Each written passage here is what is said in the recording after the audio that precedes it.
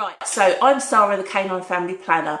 I'm going to run through Sara's weekly summary in regards to what I've been up to and my clients, what their success rates have been when it comes to breeding. But I'm also going to talk about puppy challenges, sort of puppy pains, and as breeders, how we have to sort of put on our armour and deal with pups that probably aren't doing so well in the litter box. So feel free to ask any questions as we go. Just do likes and hearts so I know that you're there, or whether you agree with me or don't agree with me. But let's start off with successes. So I've scanned in pup 2 cockapoos, one with a litter of 7, one with a litter of 8. This is with the same breeder, so she's going to be crazy busy. Obviously the stuff that I'm scanning now will be, what we in? September, October, born in October, going to new homes, is it just before Christmas? Which actually is probably another live that we can do on another day in regards to selling around Christmas. What are the do's and the don'ts? I don't necessarily see it as a bad thing. If it's people that are already on your waiting list, then it's just one of those that just the coincidence of it tying in all together is just how it's happened. But it might be a different story if you're getting people rock up 2 days before Christmas and want a puppy. But I think we'll probably cover that for another day, so I'll write that down and say that we should talk about going forward. And also another one that we should talk about going forward is dog management and co-ownership. So I've pulled this Facebook Live forward today because I've got to run around like a headless chicken and mating 2 of my own dogs, and that neither live with me. So I have a small number of dogs with co-ownership that I've had great success with. It's never been a problem for me. But I know some people don't like co-ownership and they've experienced problems. So I was going to share how you can minimise that as much as possible and why you might want to do that, why co-ownership might be a good thing for you to consider. But that again is for another day. But so the positives, cockapoo, same breeder, 2 good sized litters, so she's going to be busy. A cocker spaniel I scanned with 5, and this was quite funny because I'd been there like 10 days before and scanned, so this is another breeder with 2 bitches in pup. But I'd been there like 10 days before and scanned one of his bitches, and then he said, oh, the other bitch is too early to scan, I'll rebook you. I said, yeah, that's fine. Anyway, he wasn't around this time, it was his wife. So she gets the dog out the kennel, I scan, and I said, oh, she's in pup. I said, oh, they're quite far developed compared to what your husband said they would be. She was like, let me check I've got the right dog, of which she brought me the dog that I'd already scanned. And we scanned the other dog anyway. She goes, I've got the wrong dog, don't tell my husband. She brought the other one out, and she was in pup as well. So they've got 2 bitches, 2 cocker spaniels in pup. I scanned a whippet with 10, and this is a lady that I've run bloods for. She's had a bit of bad luck with just combinations of dogs and breeding bitches after they've been given the hormone to stop them having seasons, and then they don't necessarily cycle properly afterwards. But with this girl, we did bloods. We did quite a few actually. She was at first 0.73. Then she was 2.01, then she went to 5.06, and then she jumped to, so just under ovulation, and then she jumped to 15.03. She mated that day, I believe, I'm sure she mated that day. Anyway, she had 2 good ties, and that's resulted in 10 pups, so she's going to be crazy busy. Also scanned a bull terrier in pup, that was a maiden bitch. They didn't do any ovulation testing. I think they just boarded the bitch with the stud dog owner, which again is something we should probably also talk about. And she was scanned with, I think I said 6, maybe 7, and I think there's one sitting back, looked in the shadows, so probably a 7th. And then I also scanned a Labrador in pup. Now, I scanned her with 6. She was a maiden bitch and she had missed before. So the owners are a regular now. They know where I am, which is pretty close to them. But they just did an AI. It was quite funny actually, because I used to do their scanning and I'd obviously failed to mention that I do other bits and bobs as well. And then I got called to do AI last minute. And when I got there, it was her. She's like, oh, I didn't realise that you did all of this because I'd gone to the stud owner. So I didn't realise you did all of this as well. So subsequently, I now do her bloods for her. So that the girl missed that time. They didn't do any ovulation testing. It was a random AI. They had a lot going on at the time. They said, we'll cover her and we'll see what happens. Anyway, she didn't catch. So we did bloods this time. She was 2.26.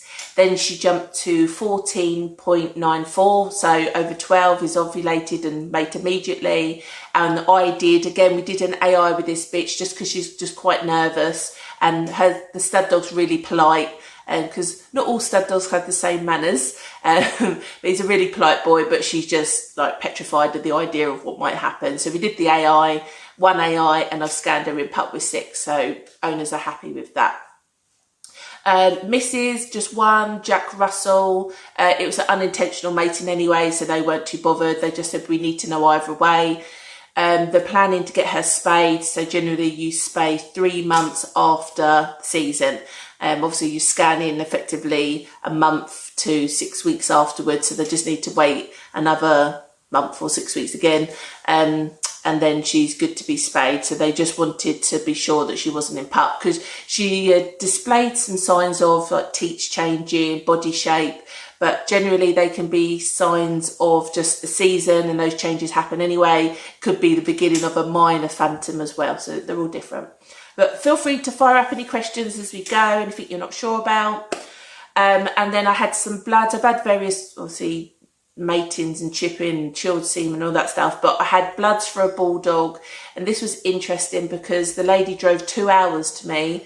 Her vet was doing what she thought was progesterone blood testing, and they were, but it was the semi-quantitative. So basically it's they have all these little wells, so they draw the blood, they spin it down, they take off the serum, they drop the serum, and then they manually pipette different stuff in different wells, and eventually you end up with one well that's a colour, and then that colour tells you where she is on the scale of ovulation or not. The problem with this is it involves a human, so you manually doing stuff within the right time frame, it's all timed, and can mess stuff up, as well as the end product, that colour well, how you see pink or blue and how I see it will be different. There's no way we will see exactly the same colour and exactly the same shade. And this is based on shade colours. So it really does, if there was a technician doing it all the time, that's all they did, and obviously they got into their groove of consistency, it's probably fairly accurate. But when you just have a vet practice that doesn't do it that often, and it gets chucked to the vet nurse to do it, and they don't really know what they're doing and they're reading the instructions, then there's big variation that can come in the results.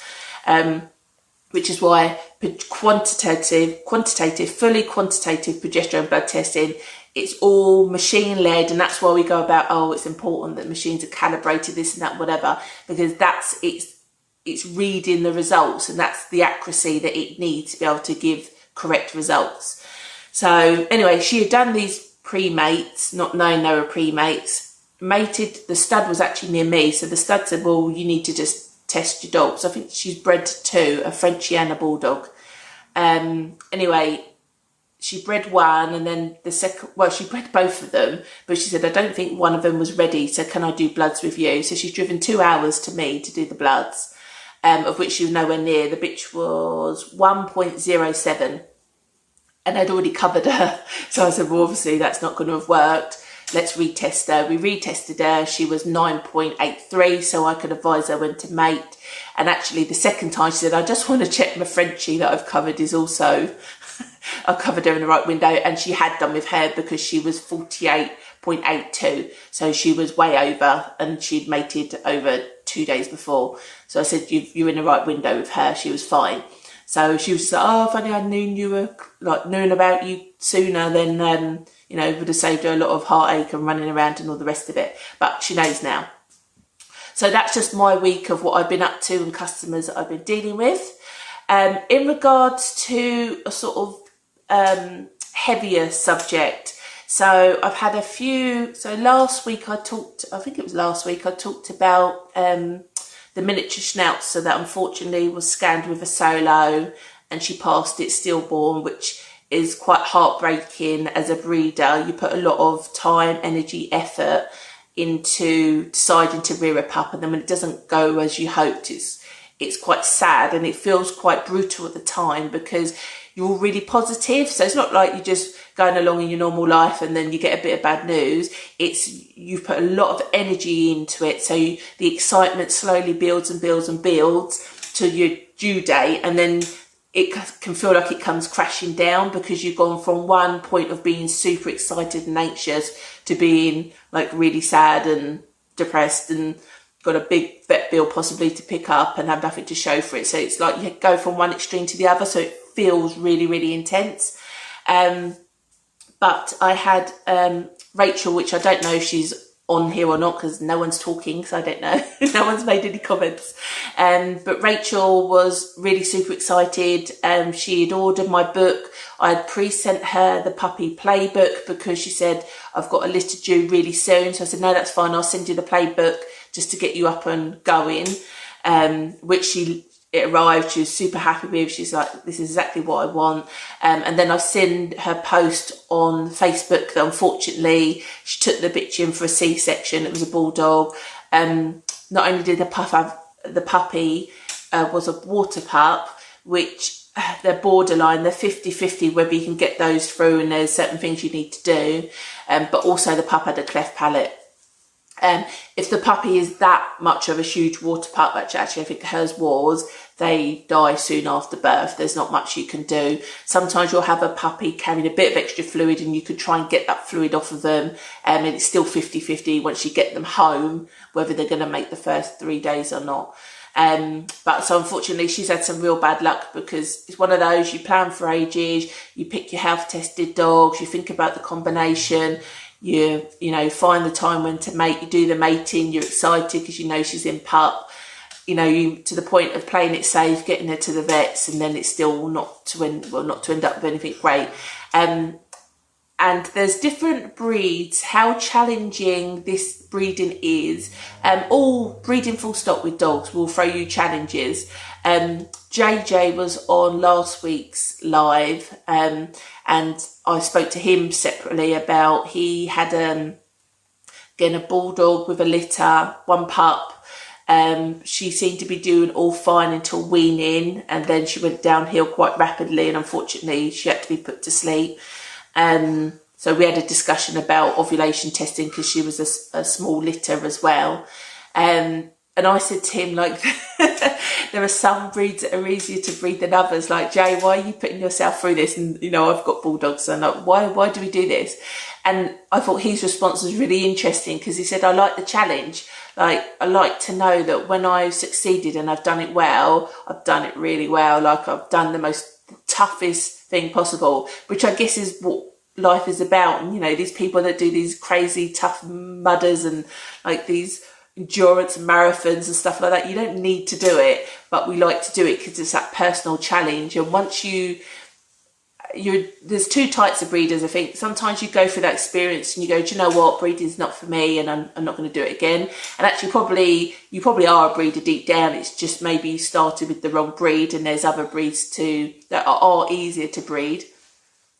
Or you go, nah, this is not getting the better of me, and I'm going full pout, I'm going full in, and I'm doing everything I can to make sure I succeed. And I guess in life there's people like that. Some just give up and aren't interested, and others are like, no, I'm definitely going to make this happen.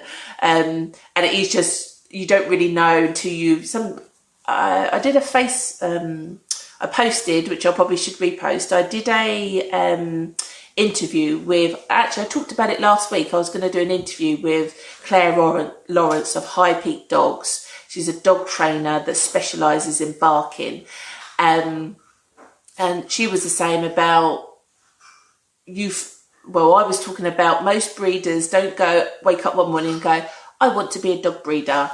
Right, how do I do this? It's you own a dog, you decide to breed the dog, and then you just get sucked into this dog world, and then the next thing you turn around and you go, oh yeah, I'm a dog breeder because I do it regularly and I'm getting on with it and I'm producing really good pups. No, so very rarely do you stop and go, oh, I want to be a dog breeder. Which breed should I move into? Which ones, if I'm starting out, where should I start and where do I want to move to? You just evolve from where you are, and it might be somewhere that's slightly easier and you really enjoy it. It might be someone that's slightly more difficult and you have to persevere through it at times. It all depends.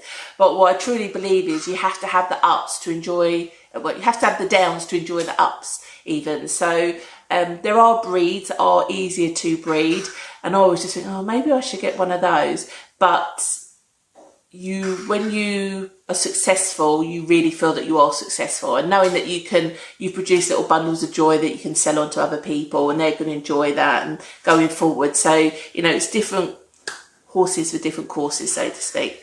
But so when it comes to, and Tracy was another one that I spoke to earlier this week.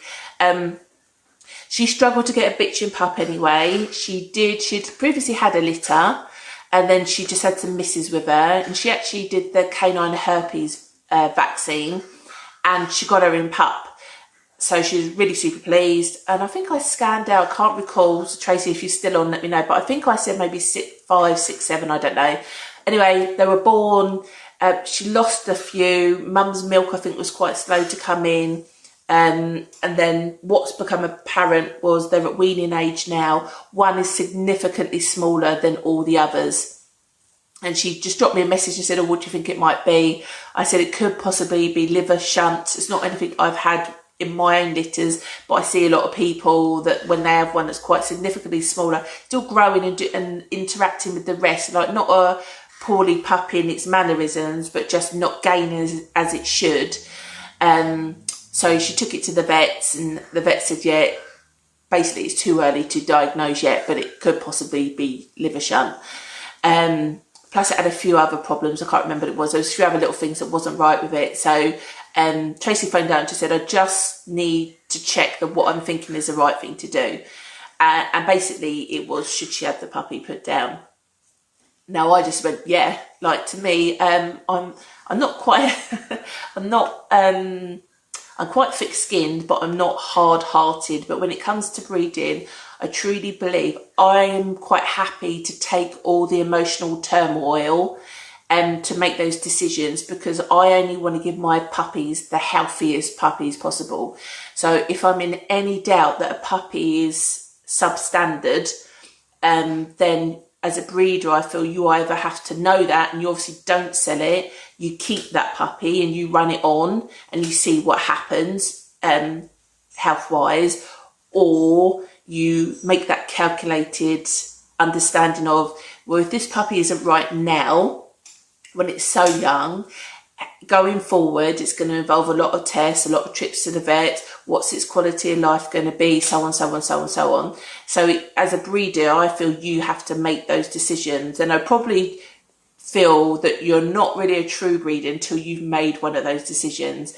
And I feel it's easier. So my personal preference, if I had a puppy with a cleft palate, I would put it to sleep immediately. I wouldn't keep that puppy. And I've tube fed pups, I've hand reared pups for different reasons, but to me, to keep a puppy alive, to get it to a point where it then needs an operation that then we don't really know what the success rate might be, isn't fair on the puppy, isn't fair on the litter mates that it's in with, isn't possibly fair on the new owner going forward if it was to be rehomed. So I have quite hard and fast rules of, I would rather put a dog to sleep 1 day early, well, 1 week early than 1 day late. And that's just my adult dogs, all that kind of stuff. Dog ownership, full stop. Dog breeding isn't glamorous and dog ownership isn't always happy. You have to make some really hard decisions and choices. So to me as a breeder, I'll take all of that emotional stress and deal with it, because I don't feel it's fair to sell a puppy that you think might not be quite right, and then the new owners have to deal with that, because that's not fair at all. So I feel that I put that little buffer in between. So as I said, Tracy had this pup that wasn't right. She knew it wasn't right. She was quite emotional on the phone about it, which is understandable. And it's hard when you're in with the pups dealing with it. So she just wanted an outside opinion of, and I said, well, this is what I would do. And she's like, that's exactly what I was thinking. And I said, and the vet probably is not going to be surprised when you make that decision either. I've unfortunately had to have pups put down at, 1 day, 3 days, 3 weeks. I think the latest I've had was 6-7 weeks, which is real tough because they are real little dogs and characters then. But unfortunately, with the good comes the bad. So it's just something to bear in mind. It doesn't mean that you're a bad breeder. And obviously there's breeders out there that are very much pro-life all the time. The puppy fights that they will. But I've seen dogs die painful ways, and whether that be newborn slowly, whether that be older dogs, and any dogs in my care, I wouldn't put them through that drawn out process. So I'm quite happy to make that decision. And it is no different with humans. A lot of people want assisted dying for, humans that have long-term health conditions and stuff like that. So it's one of those, you just have to decide for yourself where that line is.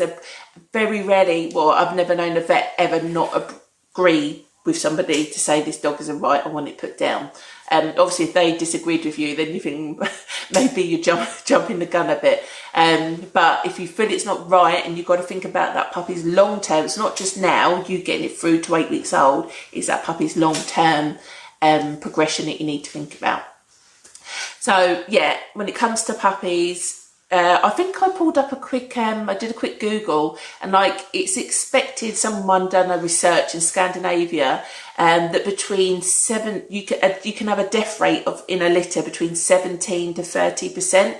Obviously, the reason that dogs have multiple puppies in a litter is because in the wild they wouldn't all survive. So there's no reason why that would be any different. Obviously, we humans, we want everything to survive, or put in the best interventions we can, but there's still a point where you can't change nature. That's going to happen. So it's interesting because I belong in some groups where they just go, particularly I'm going to say Labrador people because I'm in a Labrador group, but they're quite shocked. The bitch has a litter of 11 and they're really disappointed that they lost one pup. And I'm, well, you've done really, really lucky that it's only one, because if you go by the statistics of 17 to 30%, then one is nothing. And especially the bigger the litter, the more chances you're going to lose a pup, just because they're not all going to have had the same nutritional requirements. It's a bit like if you're photocopying the same bit of paper over and over and over again, it will get fainter and fainter and fainter. And that's like puppies in a litter. They're not all going to be as strong as each other. It's just how it is. It all depends on the placement of where they are in the uterus, how the birth was, what their own fight is, their DNA selection. There's tons of reasons why not all pups would survive in a litter. So it's not a reflection on you, but obviously on how you deal with it is a reflection on you. So not to bum everyone out too much on a Sunday, but that's the realistic side of breeding. But just to end it on a slightly more positive note, Ben had a litter last night, so he's one of my regulars. It was a Labrador, and they pretty much get on, most labs pretty much get on with it, which is quite nice. He did do bloods. What was she? She was a 2.07, then she jumped up to a 10.84. He travelled miles for her as well. Got some good matings. I scanned for 8. She delivered 9, all within 5 hours. So if we all had litters like that, we would be laughing, well and truly laughing. But so again, when it comes to breeding, it's down to you, how you manage the pups in that litter, which is why in the Home Breeders Playbook, the puppy report card stuff is so important. So if you're an experienced breeder, though I am, and I still do this, you might have full confidence in your ability to spot pups that aren't doing as well as others.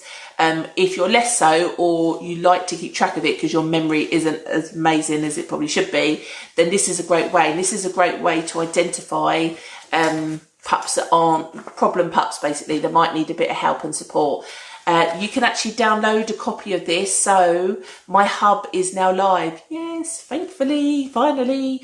And I'm actually giving this printable away. So if you go to my website, caninefamilyplanner.com, you can sign up to 3 free gifts, of which they're all downloadables. One is the puppy report card. The other is the Dam's diet sheet, and the other is, what did I give away as the other one? I can't remember. There's another one, I can't even remember what it is. But it doesn't cost you anything. You can log in for free, so go and check it out because it's up and working. There is also a whole membership side, which if you go to caninefamilyplanner.com/hub, H-U-B, because it's the Home Breeders Hub, then you'll see the full details of the membership and all the extra stuff that you get with it. But that's it, I'm signing off for now. Any questions that you have, still make a note of them now, reply, and I'll just come back and update you afterwards. Right, enjoy the rest of your Sunday. I'm going to update you next week on co-ownership and how all this goes with me doing what I'm doing today. All right then, bye.